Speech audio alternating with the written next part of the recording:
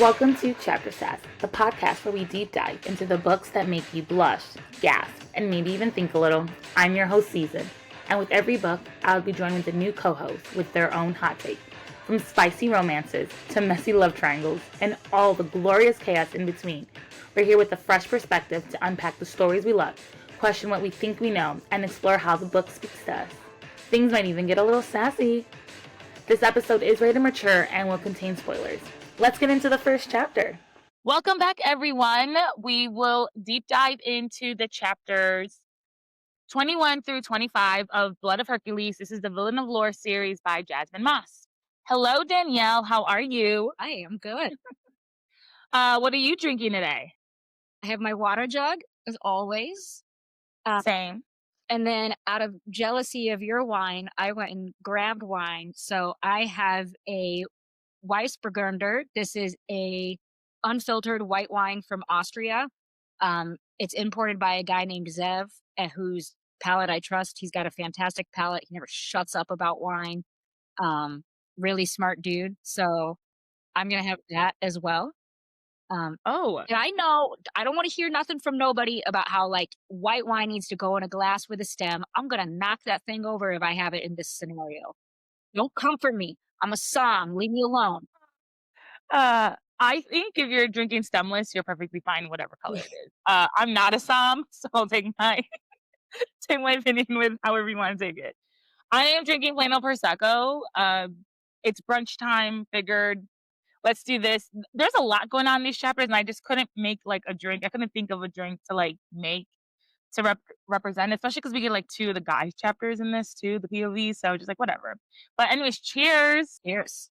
And I'm also in a stemless, so We're breaking the rules. yeah. To be fair though, like I couldn't imagine trying to record with like a stem. I feel like I'll probably knock it down or something. So stemless is just works better for the overall ambiance. Very limited space here in front of me. Yeah. And we're not at a tasty. I'm not swirling stuff around, so it's perfectly fine. As a reminder, everyone, this will contain spoilers and the content is rated mature. So let's get into the next chapter. So we left off at a Karen chapter, and he was letting us know how things accelerated, or how his point of view of the symposium and how his plan needs to accelerate with Augustus. Chapter 21, Titan attacks, and this is late November. And remember, January is like her initiation, so like she just has to make it to January, so she's very, very close. Since the symposium incident, there have been 2 more times that the initiates have gone to the symposium, but Alexis has opted out, unlike the rest of her peers. So she's been at a very disadvantage because she hasn't eaten while they're there.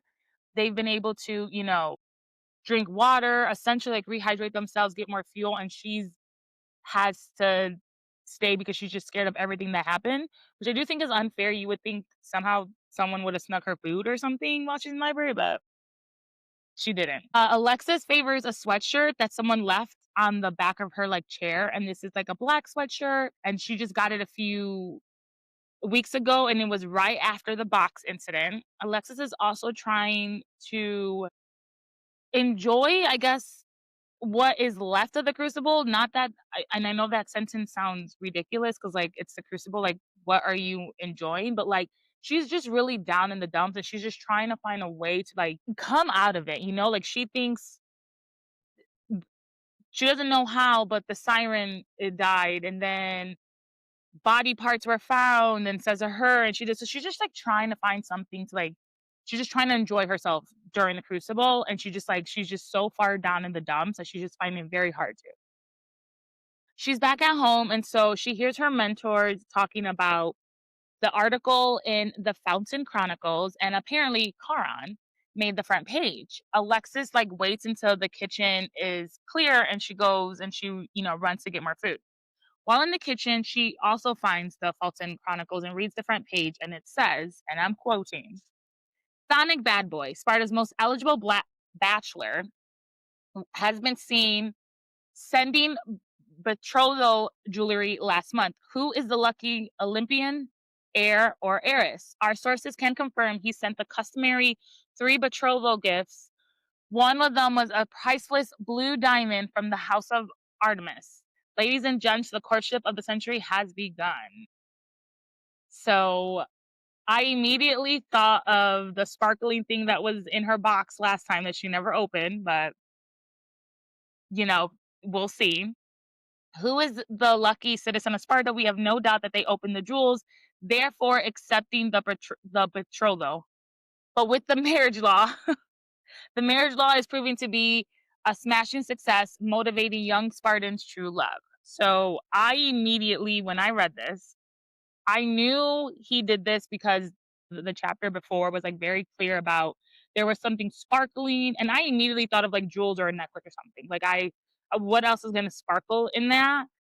And she just didn't look at it herself. So go ahead. Who's gonna see some sparkly shit in a box and not find out what it is? Now I get it.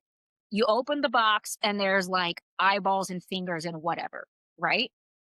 But I agree. can't I agree. anybody who's like, oh, gross gore, but what's this sparkly thing? Never mind, I'm gonna go bury it in the yard. We're all gonna find out what the sparkly thing is.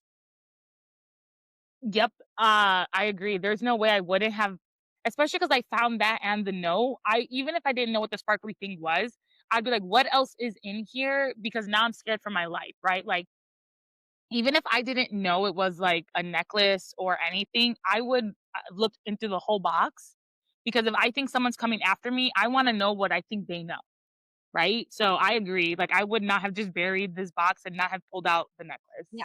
Now I wouldn't reach my hands in the box. I would dump it out on the floor so I don't have to touch the eyeballs and stuff, That's fair. right? But like, I'm gonna find out what's in there.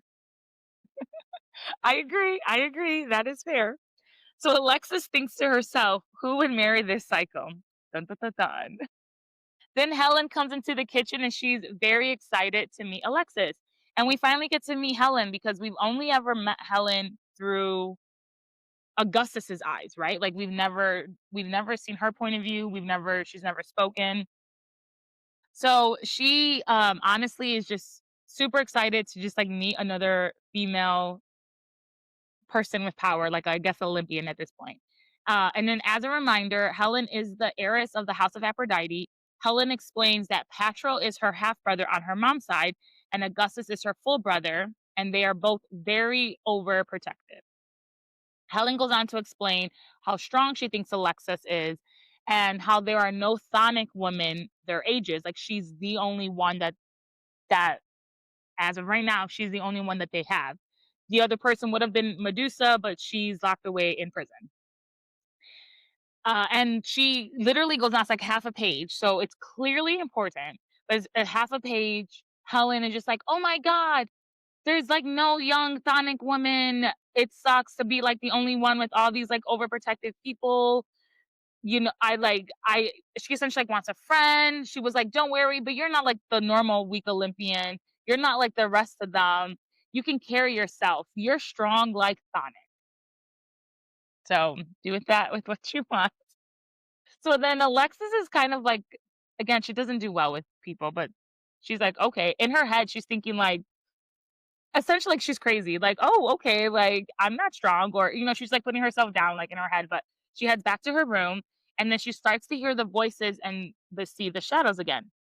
And this time she confronts the shadows, but there's nothing but silence. But then all of a sudden, as the breeze comes in, like something like flutters, and then Alexis just thinks to herself, she's absolutely going crazy. She doesn't know why, but she's going crazy. That night, she dreamt of Red Eyes, Skeleton, and the devil who called her Carissima. Then Alexis has to head back to the crucible. She walks into the classroom. Augustus is staring at her, and Nyx just tells, I love Nyx. Nyx is like, oh, Augustus has bedroom eyes for you. And again, Alexis is just like, you're crazy, Nyx. That's not true. Goes on this tangent. We head back. But while they're waiting to start class, Maximum sits next to Alexis and tries to like have a conversation with her since they're quote unquote friends. And Alexis, since day one, when Maximum sat down, wants nothing to do with Maximum. She's like, we're not friends. I don't really care. You invited yourself during our little study session and like now I'm stuck with you. Maximum like starts like wiggling his brows towards Alexis, starts to get a little close to her. Alexis is not picking up on any of this, but Augustus does, and so he immediately corrects the closeness, fixes the seating arrangement, and then makes them all run the circuit again. While running the circuit, they hear Titan. Maximum's mentor was the one who was called to lead the crucible or this part of the circuit, and he just portals away and leaves the kids there. He's just like, "I'm gonna go get the assembly of death." And again, these kids are powerless. They're like not even into they're technically not full Olympians. He could have ported them all out, if we're being honest. Like that would have been the most common thing. But he just portals himself out, says he's going to get the assembly of death. And we'll get back to that later because I have a little thing to say about that. And then they're like freaking out. They do have someone from the House of Hermes, so he can like fly. So he's like, I'm gonna go get Karen. So he like goes and gets Karen.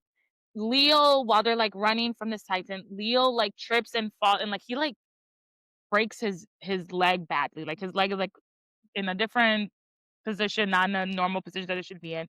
Everyone leaves, but Alexis is like, no. So she tries to protect Leo. And as the Titan approaches, Alexis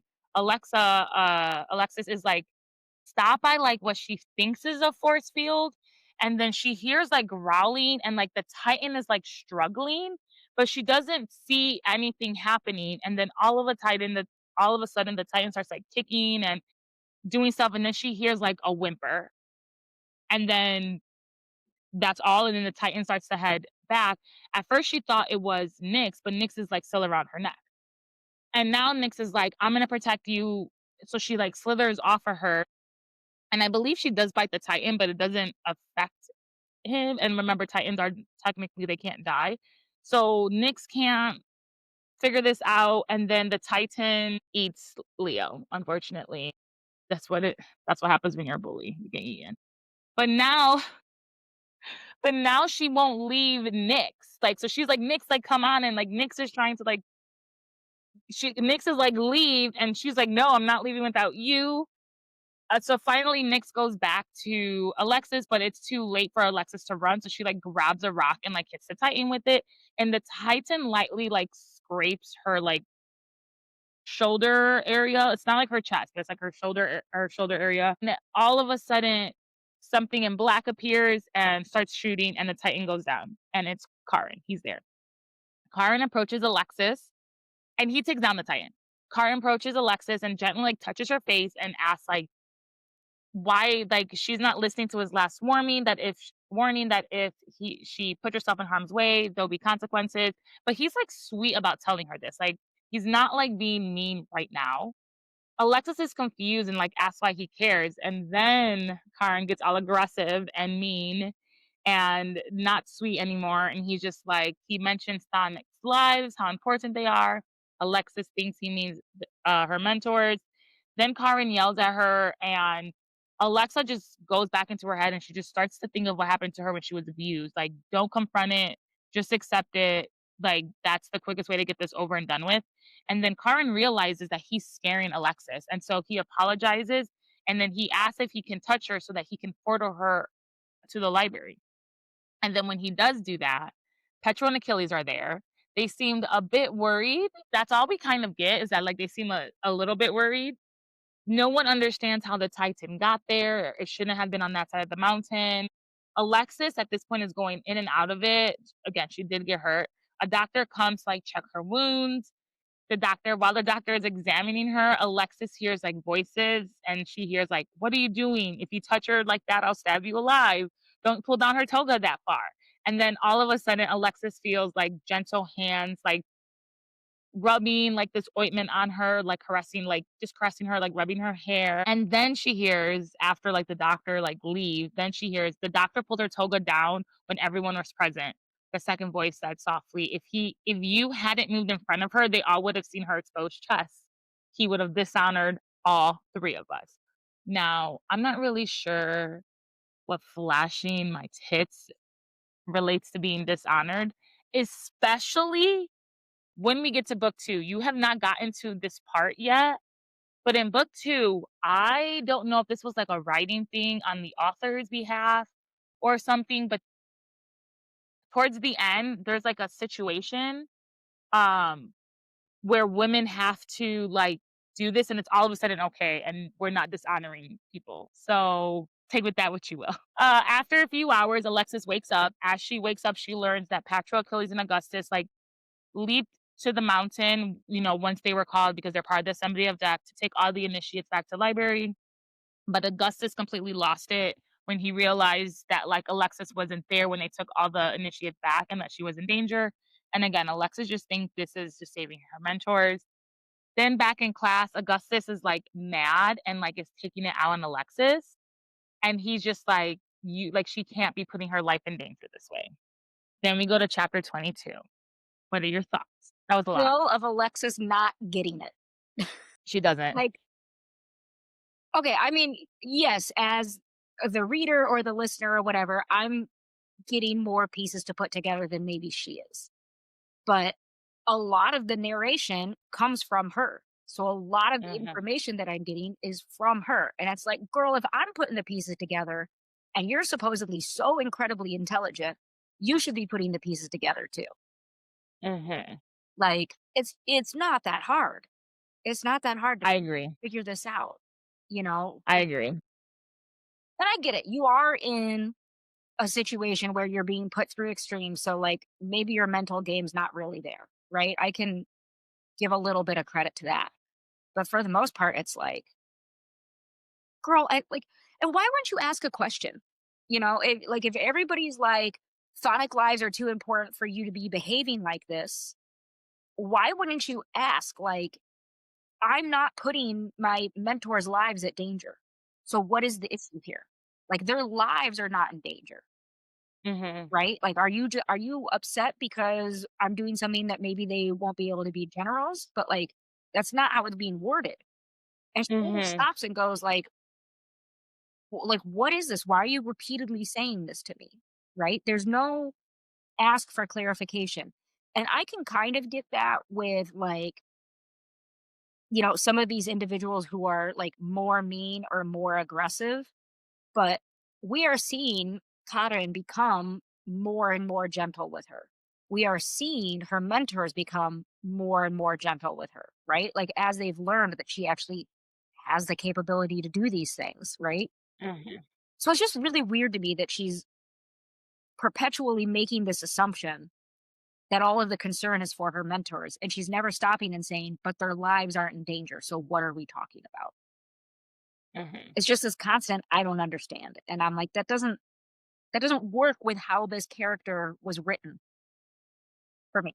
I do agree with you on that. I do think one of the things we do pride her is being intelligent, and if it's, like, schoolwork, she would be asking all the questions, she would try to figure out, so I do agree, like, she's just not asking the right questions in this, especially with her life being on the line, but whatever, but yeah.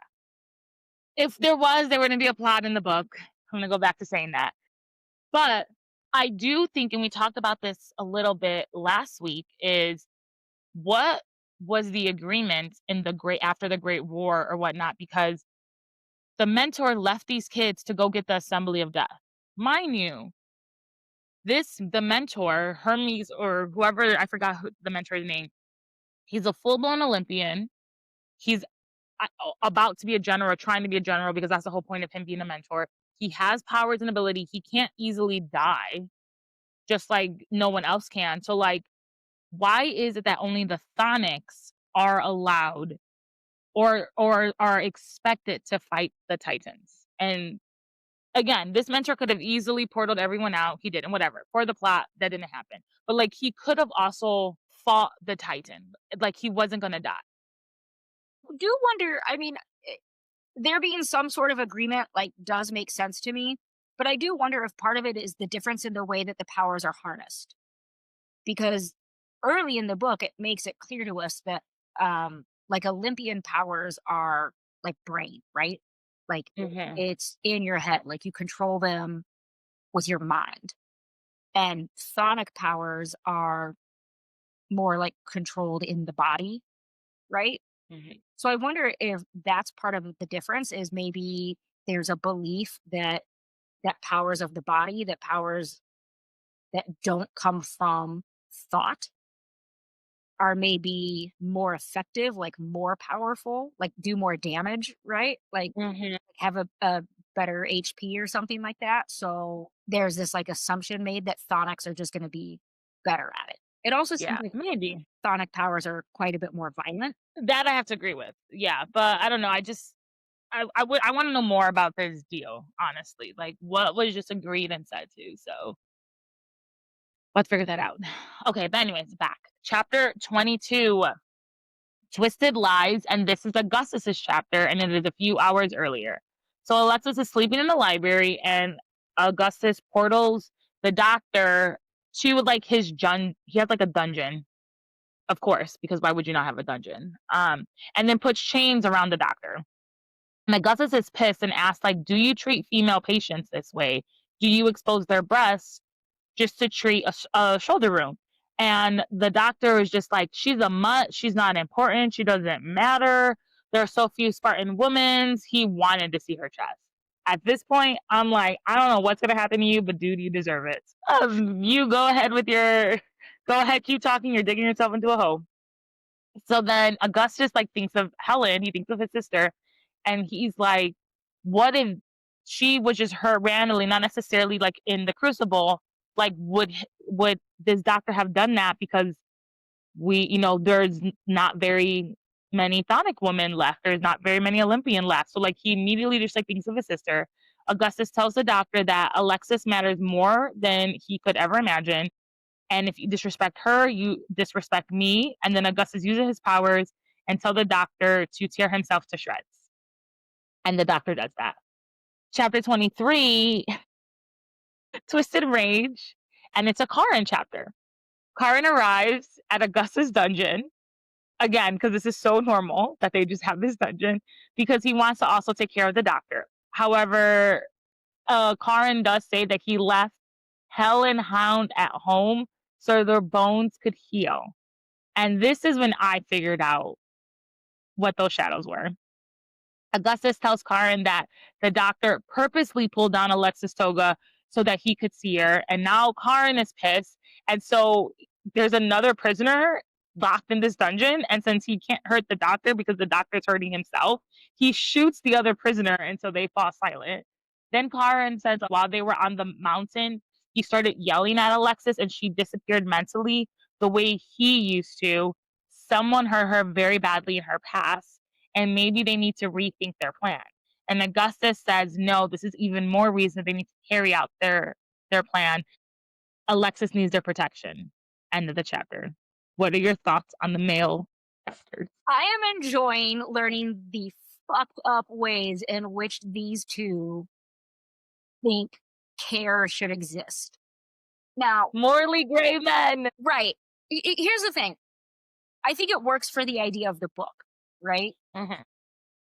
But I mean, it's written to a point of like almost ridiculousness, right? Like these very archaic ideas of what being a man is and like how you protect a woman or that sort of thing, right? I will say though, the difference between the way these two male characters show that is becoming more clear. And it also matches up for me with what we learned about them, like with the symposium and that sort of thing of like how they are lovers together because it prevents people from getting attached. And it's like, okay, well, that would be a problem for one of you.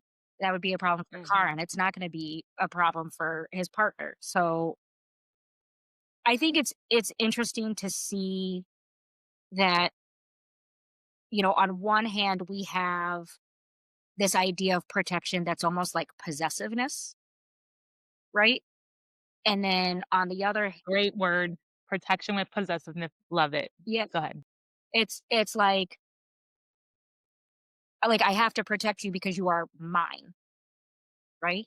Even though Alexis doesn't know that, it's very much got that. And with Karen, it comes across more as like, I need to protect you because I care. So I'm enjoying that this exists like between these two characters, right? Even though they come as a set, they're very much being built in a way that you will like one over the other. And I think the Mm. one that you're going to like and the one that you're going to side with just depends on like where you lie in that realm, right? Like there are people who don't want like care or whatever, and maybe they'd be like, "Oh yeah, like Augustus just fucking own me, dude. Let's go." Right? And then there are other of us who like aftercare and whatnot. So of course I'm gonna like Karen more because I'm like, yeah, that dude's gonna like. I gotta think about how to phrase this in a way that you don't have to edit it. Oh, no, it's fine. Well, that dude's gonna destroy me, but then he's gonna draw a bubble bath and bathe me after, Mhm. right? Like No, I agree. that's where my appeal lies. So I like that they're being written in these two different ways because it does have this sort of like choose your own adventure vibe of you get to pick which dude's style appeals to you more. Mhm. Oh, I like that. Yeah. Choose your own adventure. Alexis, choose your own adventure. Get it, girl. Yeah. She's not choosing anything. Nyx is choosing for her at this point. Nyx is like, "I'll take them both." But she's like, Okay, chapter 24, Suffering. This is an Alexis chapter, and it is the start of December. So again, initiations in January. So at this point, she just has like a month. She just has to ride this out for a month. So now there are 6 initiates, because remember, Leo died. Initiates have died. And Nyx is essentially like hibernating because she needs like the warmth, but she will not leave Alexis's side. So good for Nyx. But we do get a little bit less of Nyx though because she needs warmth. So Alexis is starting to like speak up for herself a little bit more with the bullies, which is great because she's putting them in their place. And I do think that this helps later on in the rest of this book and especially in the next book that like she's just coming out of her shell more. So I appreciate that. But right now they're currently learning to leap and to bond. Because remember they're gonna get their animal soon and they should be able to portal. They say leaping, I say portaling, but it's the same thing. So Augustus is trying to teach the class to meditate, and then he asks Alexis, like, what did she envision while they were meditating? And Alexis says, Charlie. And he stops. He's like, who's Charlie? And remember, up until now, she has kept Charlie a secret. She's just like, I need to just figure this out so I can help Charlie, but no one knows about Charlie. So then all of a sudden, Augustus and Poco, I absolutely love Poco. They get very mad, his little raccoon. And then all of a sudden, Alexis hears the voices, but again, she doesn't see anyone. And this time, now it's time to head to the Miragerie. And Augustus lets everyone go except Alexis. And when they're alone, Augustus like pins Alexis to the wall with like his body. And Alexis is getting aroused, and Augustus is also getting aroused. But of course, Alexis doesn't realize she's getting aroused. And Augustus asks, like, who is Charlie? And then Alexis replies, like, why do you care? And Augustus says, because no other man is allowed to have you. And then, but again, Augustus thinks this is like an old lover. This is her unofficial brother or the person she loves as a brother. Like someone she's protecting. Like this isn't someone she's like romantically interested with. But of course, they can't have a simple conversation to just say that. And then Alexa's just confused. She's like, they're still very confused. And Augustus Oh, responds Alexis is confused? No. for the umpteenth time. And then Augustus responds, when Thonic lives are at risk, it's my job as the eldest heir to know everything. Answer the question now. And Alexis responds with no, because again, she is scared because in her eyes, even though we've seen a different point of view, we've gotten different chapters. In Alexis's eyes, her mentors, Augustus and Karen, they don't like her. They want her like they're only here because they need her mentors to become a general. Like she does not trust them. So she's like, I'm not gonna tell you anything about Charlie. So then Augustus has no other he has to use his powers on her, violating her once again. But she does hold her own for a little bit. She like pushes him out, but again, she's hungry. She's sleep deprived. And so this is where it gets a little gray because she like kind of blacks out. So I don't know if he actually did get into her brain. Doesn't like tell us, or she was a successfully pushed him out. But then she hears him say, do you need anything from me? I can't help with much, but I can try. And again, she's just like very confused. Augusta leads her into the menagerie, and like he sits her down because at this point she's like delusional. He's like, "Don't move. I'll come back for you like once their like hour or whatever is done." Of course, Alexis doesn't listen, but she does find Fluffy Jr. And once again, Fluffy Jr. is like choking on a stick, ready to practically kill himself. She mentions that she has to like dig her hand because he's choking to like take it out. Like Fluffy Jr. is just like a mess, is an absolute mess. Time passes and they go back to the library and Alexis finds another note. And the note says, "This is your last warning. Leave Sparta now. There will be consequences. The Titan was just a taste of what I'll do. You better disappear by the January initiation ball."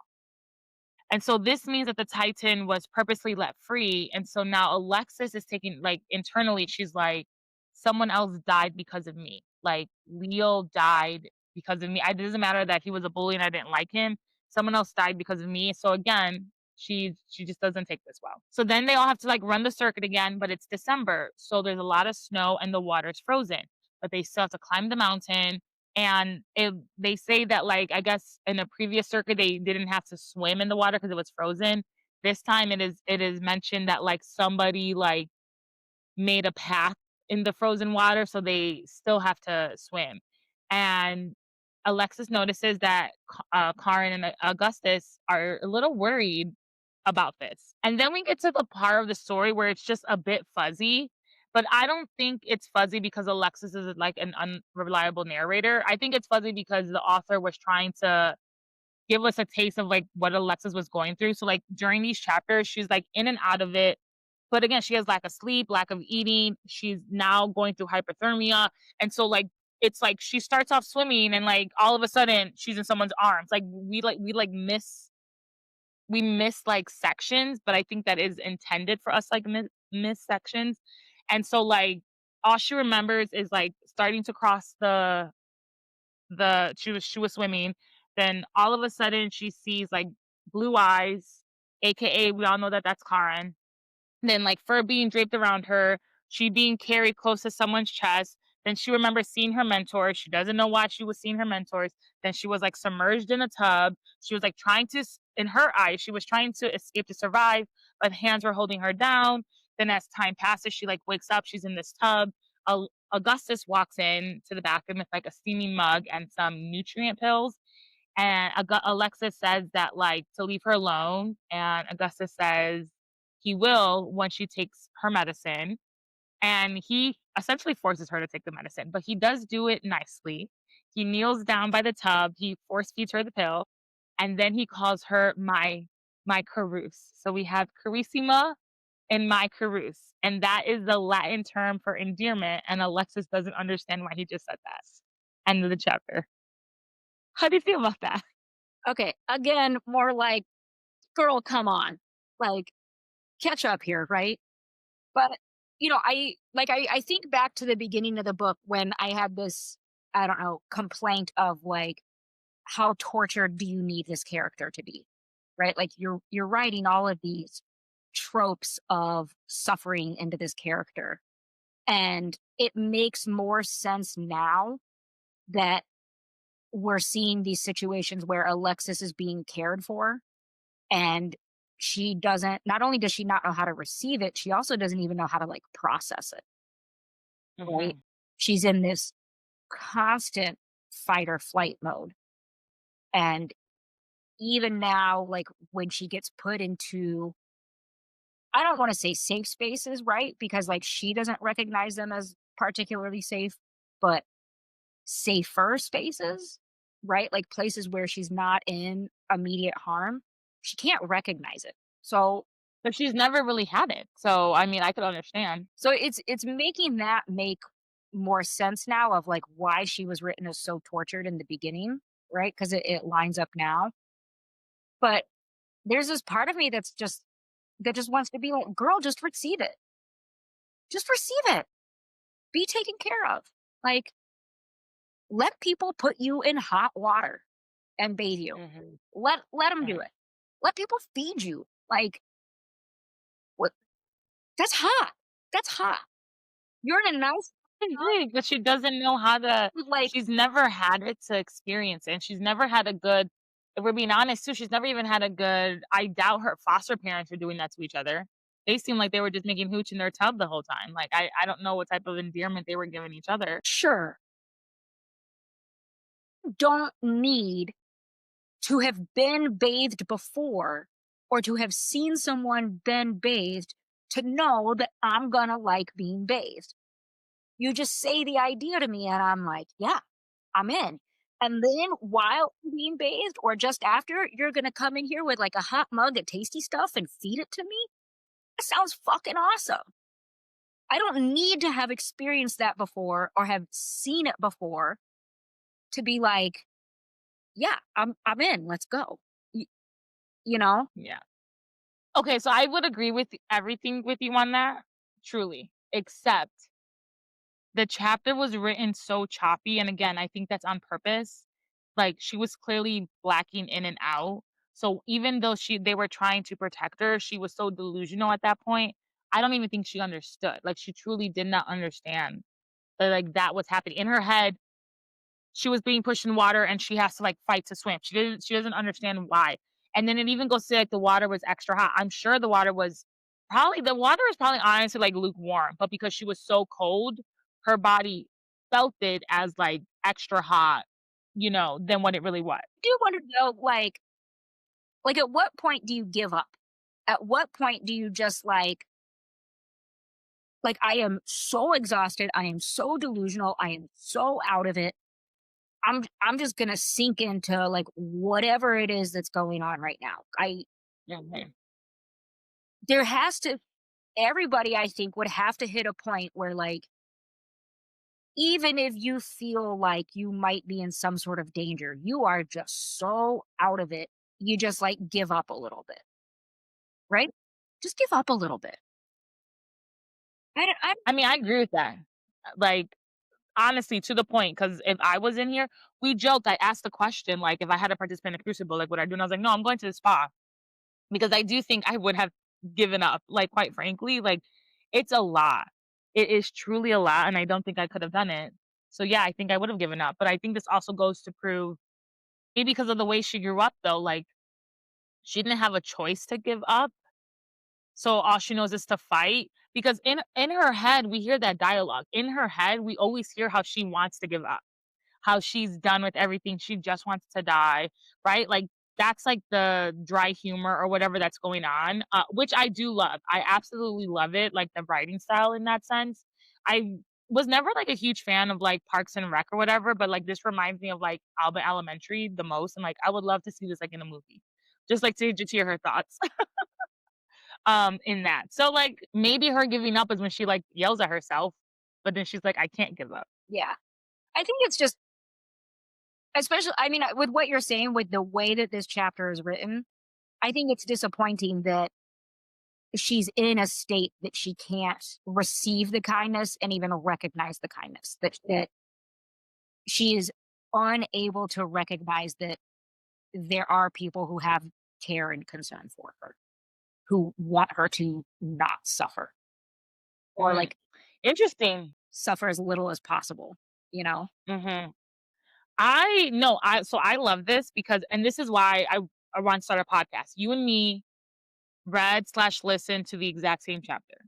Like, we were not given anything extra, and we just kind of interpret it differently, but the whole point is that, like, that's life, right? Like, how I perceive something is gonna be very different than how you perceive something, right? So, I love that. I really do. I don't necessarily super agree with everything, but I do love it, and I love how you got there, so I'm also starting to have like I feel a little uncomfortable saying this, but I'm gonna do it anyway. I'm starting to have kind of um looser ideas with like boundaries around Alexis. Like Mhm. as her environment is changing, as the way that the male characters treat her is changing, like as more care and concern is coming into it, I'm I'm a little more I'll just give in, right? And it's not particularly from like impatience or anything like, Mhm. but it's kind of like just try it. Just try it, right? Mhm. Like, let the I'm with you in that. just let 'em. I'm with you in that. I'm at the part of the book, but again, I do think this is like all like slow burn romance, morally gray. I think this is a common theme that we see like in a lot of books like this. Because I'm also at the point where, to your point, Alexa just let it in. But for me as the reader, the second she lets it in, I know I'm gonna get more juicy stuff. Or like it can only lead this. So I'm just like, okay, I'm done with the slow burn now. Let's get past it. Yeah. Well, I think for me, like, I'm gonna say part of the issue, but I don't know if that's accurate. For me, like, part of where there's kind of like an eye roll or like an "Oh, come on," or whatever is the way that like, the caretaking is written. It's written in such a way that, like, because Alexis is uncomfortable with it or doesn't understand what's happening, that, like, we're supposed to be uncomfortable with it, right? Because it's like, it's her boundaries and it's, like, her body and all of these sorts of things, but it gets written in a way that it's almost like it's wrong of us of as the readers to, like, find it hot or to, like, find it sentimental or to find it, like, Mm. endearing. And so I struggled with those parts in this chapter because I walk away feeling guilty that I'm not, like, honoring Alexis's boundaries, Mm. right? Like, as somebody Mhm. who participates in kink culture and things like that, right? It's like boundaries are specific, man. Like, these are getting ironed out. So to be reading something where I'm like, you should be enjoying this, but you're not, but like I still think you should. It kind of makes me a little like, ooh, like this is questionable territory for what I think about this chapter and how I live my life. Like, right? Love it. It's Interesting. it, it Yes. it it makes me a little uncomfortable, a little bit like, am I not a feminist? Okay, so I actually love that you said that, but I think that we have to acknowledge is I don't think it's necessarily that we don't have Alexis's back. And like you understand what's going on. We also have to remember we're getting chapters and we're getting point of views that she's not getting. So I don't think you're necessarily betraying her. You just have additional information she doesn't have. Right? Like, if you didn't have this information, would you still think the same? Because if we never got an Augustus or Karen chapter about the doctor, about how they're like watching over her, about all of this, like defending her right, they're essentially the ones who saved her from hypothermia. Like, if we didn't get any of those chapters, I do think I would also think you're pushing boundaries and whatnot. And it's not that they're not, because they're definitely pushing boundaries, but because it's more of a gray area, just because we also get their point of view and she doesn't, right? So it would be interesting if we didn't get their point of view, if that would still be what you're thinking. But I think just because you have additional information, you might feel like you're betraying Alexis, but you have more information than she does. I think I would still feel the same. Okay, I then that's fair. I don't know that I have Alexis's back. I don't like. Oh, and here's the thing, I don't think that's bad. First of all, I love me a villain in a book, and I love me a morally gray character. So, like, I do want Alexis to bend over. Like, I am to the point of the book where I'm done with the slow burn, and I need for things to happen. Yeah. So So, but that's normal. this is a slight distinction, and even though it's very slight, like, I think it's very important is you say, "I want Alexis to bend over," and I would say, "I want Alexis to get bent over." Oh, I also meant it as get bent over. Um, I understand I said that, but I want her to, I need for her to get some dude was trying to give her vitamins, she needs some goddamn vitamin D in her life, okay? She needs to be bent over backwards, forward, upside down, over her shoulders, however she needs it. She truly needs it. I think for me, the thing is like, I don't want a situation where Alexis doesn't consent, right? Like, if she Mhm. removes consent or says no, like, that's kind of where I check out. Like, that fantasy for me personally doesn't exist. Um, but I And I know why. Like as a service sub, like I want people to do to her, Christian, people no. to do to me, right? So it's like Exactly. just just be a rag doll for an hour. Ragdoll it. No, but but to your point though, I think they're doing a very good job with consent because I don't outside of the mind, because she has said no to that multiple times. Outside of the mind control type of thing, when it at least comes to her like physically or like sexually or whatnot, they have kind of been asking her in most cases. Did he throw her over his shoulder or whatever and carry her? Yes, but he didn't actually harm her in that sense. Karen asked her, like, "Can I touch you?" before he even portaled her out. Like, and there were some other times where, like, she's been asked, like, "Can this happen?" And she's like, "Yes." So, I do think they are asking consent for the most part. Like, outside of violating her mind, I do think at least Karen, I do think is doing a little bit of a better job, but I do think Augustus is also he's not far behind either. Like, he's not gonna do anything she's not super comfortable with. They're so different in styles that it's almost Mhm. unfair to compare like the idea of like who's where, right? Like who's there, like who's further with her and whatever.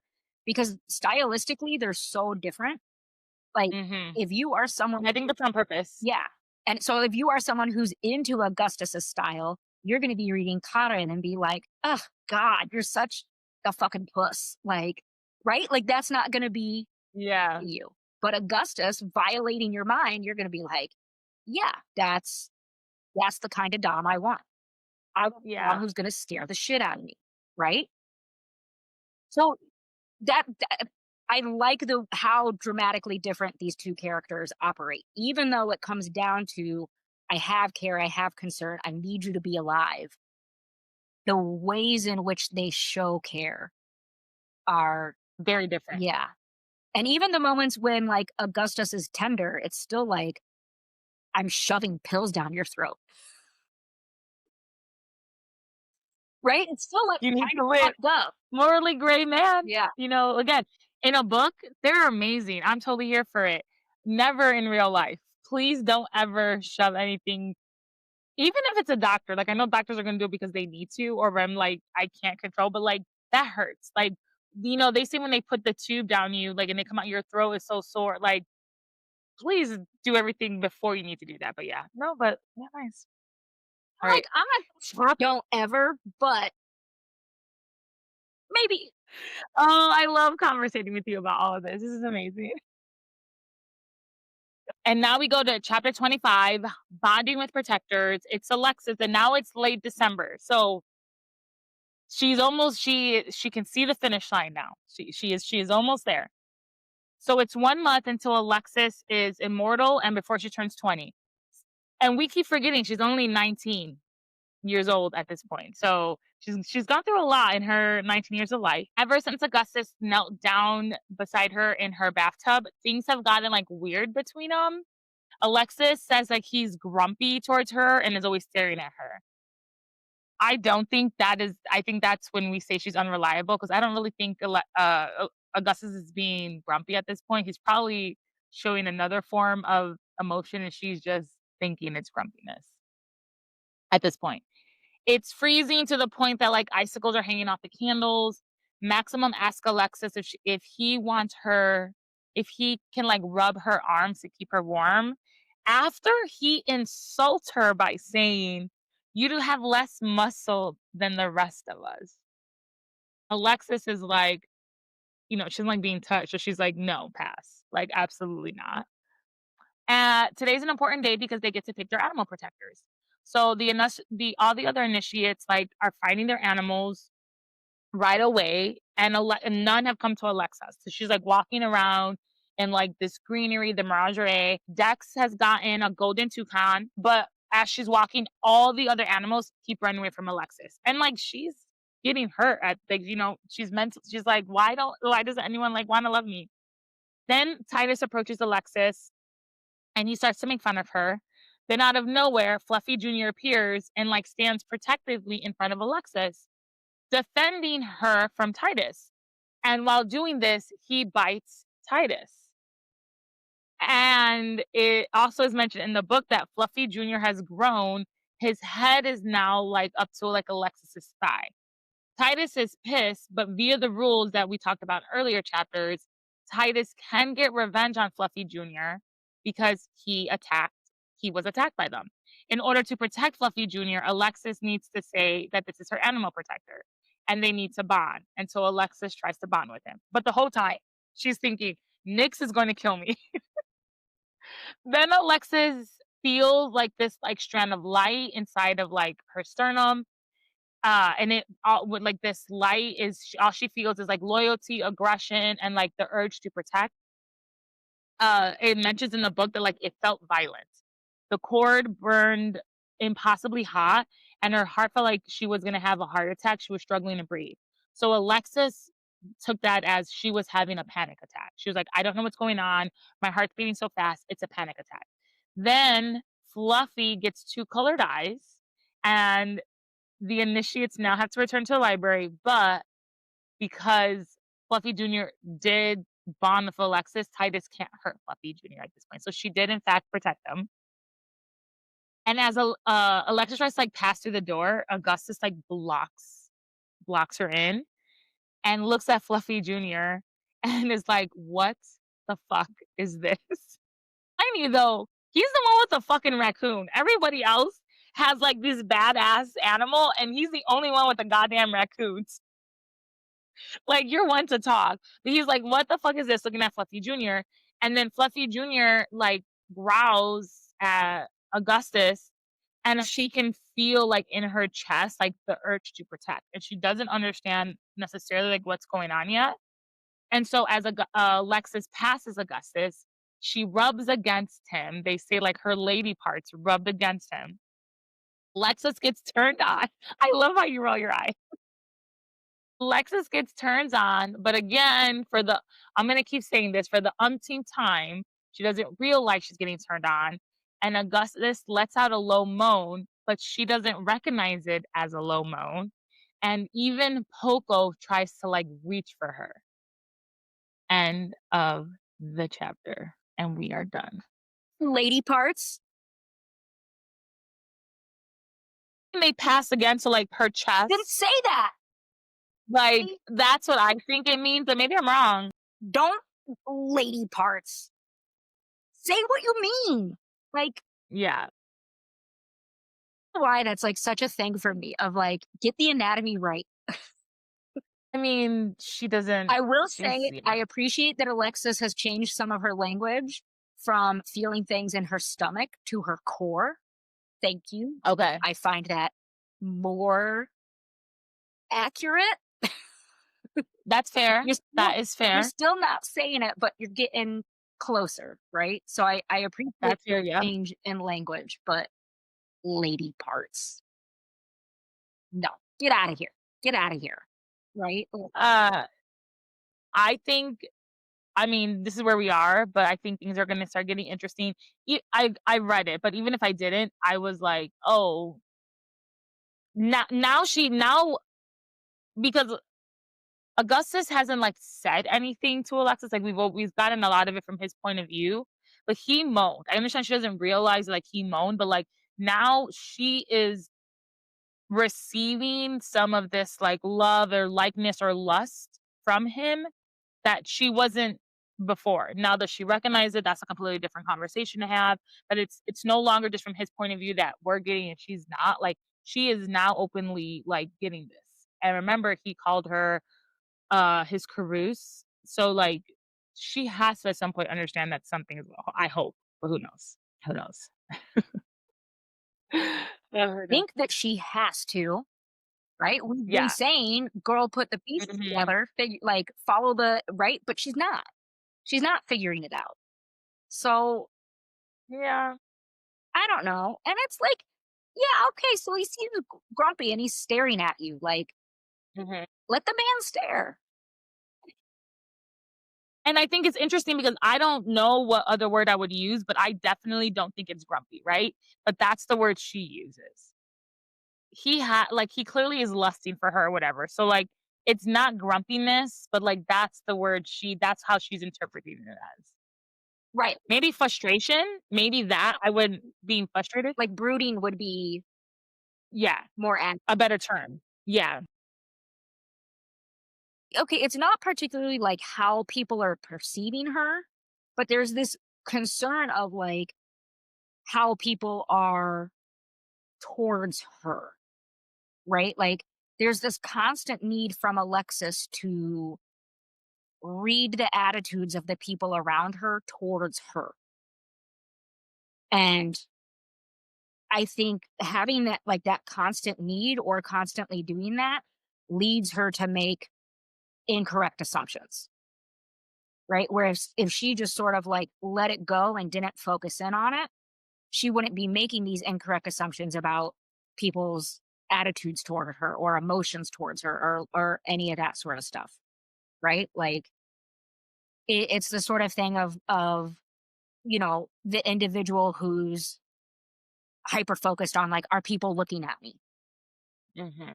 Like, is this person staring at me? Like, are people looking at me in a way that's not particularly like paranoia, but almost a like, are you looking at me? Like, what are they looking at? Are they looking at me? Like, what are they seeing? You know? So it's kind of that sort of vibe, but she does it with an assessment of other people's emotions. And to me, the way that this character is written, there's almost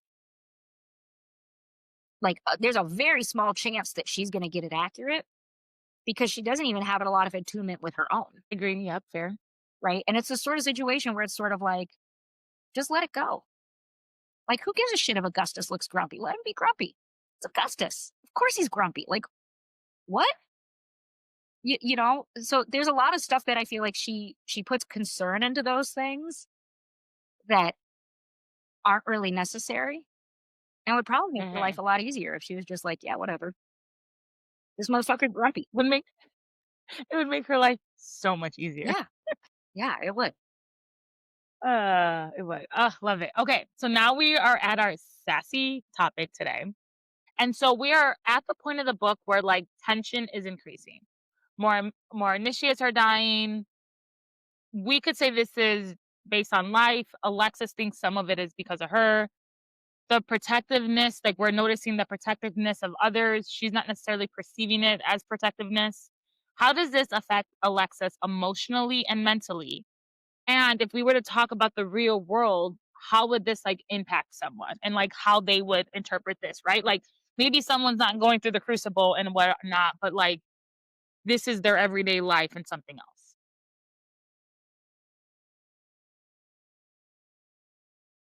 Great I question. think I stumped you. there's a couple of factors here, right? So,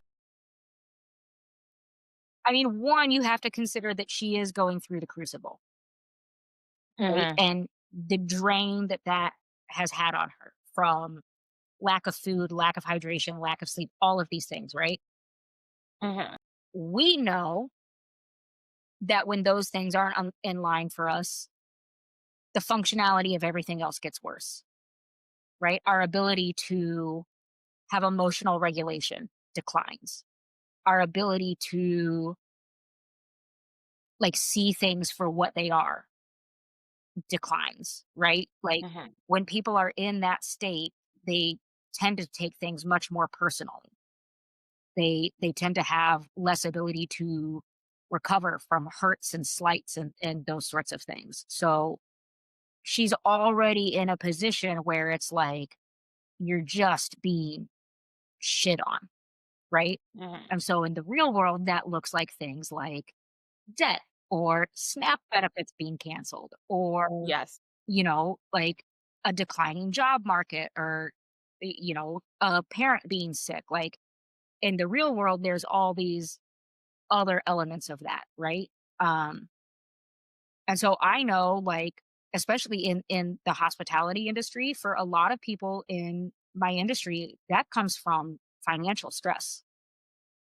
And that's a huge burden. And so when you are feeling that financial stress of how am I paying rent? How am I paying for the CTA? Like, right? Like you need to go to work Hmm. because you need money, but Hmm. how am I going to pay to get to work? Right. Mhm. So there's all those nuances that just make it that much harder for you to do everything else from a balanced place. And the more of those things that pile on, the harder and harder that gets. Right. And then the next thing you know, you're like the stress of those things takes over everything. It takes over your mental, it Mhm. takes over your emotional, it takes over your physical, right? Yes. Like, especially people with frequent hormonal cycles. Stress will give you acne, Mhm. right? There Yeah. are all sorts of ways in which that comes out. And so when it's just like one after the other, and that snowball is going, it's so hard to stop that constant decline. It's so hard to Mhm. stop that downward spiral.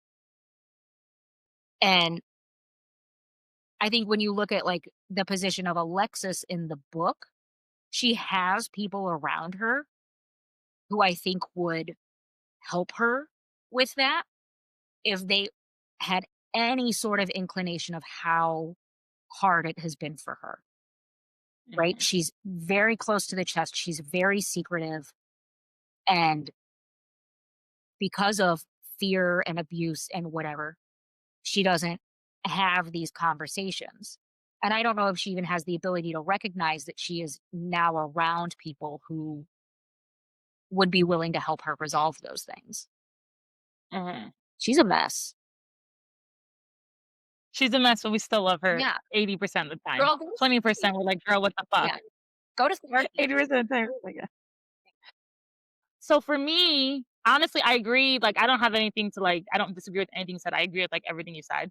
For me, this is, like, a perfect example of you don't know what, like, someone else is going through, like, you're not walking in their shoes, and it costs nothing to be a decent human being. And I can give the same examples, like, Alexis is going through all this, and to your point, it is a crucible, but we know she came from this background, right? No one else knows that. They're assuming she is a mutt that grew up rich and whatever. No, she's literally living in a box. She had her mind violated because she's trying to protect her brother. It's like not a lover or anything. She's truly just trying to like do the best she can in the she's trying to make lemonade out of lemons. Like she was dealt a shitty hand in life. And she's just really trying to, you know, make her way through. So does that make her a little awkward? Does that make her have her walls be put up more? Like, yeah, absolutely. And that does impact your mental, your physical, like you were saying, that impacts everything. And her bullies, all these people are just coming for her. And it's just like, you don't know until you walked into someone's shoes. And it really is. It takes 2 seconds to be a decent human being. And like to your point, like our economy, the job market, your hospitality, like the amount of immigration crap that we have going on, like, within our cities, other cities, is absolutely ridiculous. Like, I don't care what side of the immigration you fucking stand on, truly, I don't care. You throwing someone on the floor, doing like, that is completely uncalled for. Like, we all can agree that there is a better way, and this is not the way to do it. It costs nothing to be a decent human being. In fact, we're probably spending so much fucking money in the government when we could be using it somewhere else to be doing this because we can't think of a better way as a society, or I guess our lawmakers, because I do think the average American does not agree with this. But like, and we're just doing this. Meanwhile, it's affecting our economy, but we're not gonna care, like, what how these people are being impacted, which again, later on is going to impact us. Like, we do need immigrants to function in our society. We need women to function in our society. We need men to function, like, it doesn't matter, like, what you are. Like, we really truly need we need them all. It costs, like, nothing to be a decent human being, but, like, I'm gonna just go on a tangent. That's my end of my rant because I can go down this goddamn hole, but But I think this is a perfect example of, like, it affects you and we need to be nice. yeah. But part of what you're talking about too is like, I can even bring this back to the book is like, do you need to be taught that? Do you need to be taught being empathetic?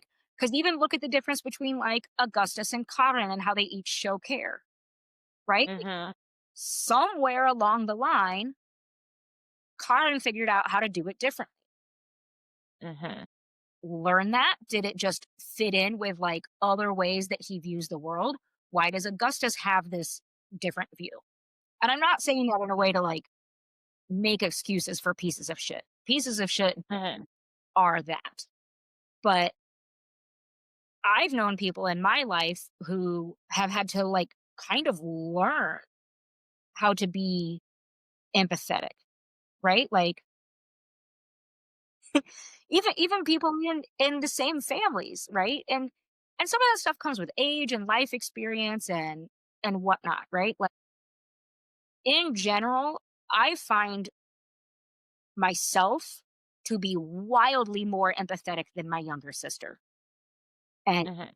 even though we are related, she's 12 years younger than me. So, like, I was off to college. We grew up in two very different households. She grew up with, both of her parents, like, and we're wildly different people. That doesn't mean that she's bad, and it doesn't mean that I'm good. It's just that, like, Mhm. our ability to have that empathy and express that is at two very different points. Mhm. And the majority of it is I think that, like, we just express it in very different ways, right? Like, back to Augustus and Karen, they express that in very different ways. And I think there are a lot of people who just don't know how to. They just don't know. Agree. We maybe do need to teach something on empathy, honestly, because uh we're sad as a country, I'm gonna be honest, but that's my take. It's a sad place. Okay, well, that's all we have for today. So thank you for doing this. We next week we'll cover the next 5 chapters. We're almost at the end. I think we only have like 10 chapters left, so I guess 2 more episodes. I think I have to like look at my Yeah. calendar. But we're almost there. We're almost at the end. Things are gonna get a little interesting. A little interesting. We're gonna find out these voices that Alexis is hearing, which again, I figured it out when Karin said he left Helen Hound at home. That's when I figured it out. But we'll get into more of all that. So, but thanks. So bye everybody. Bye.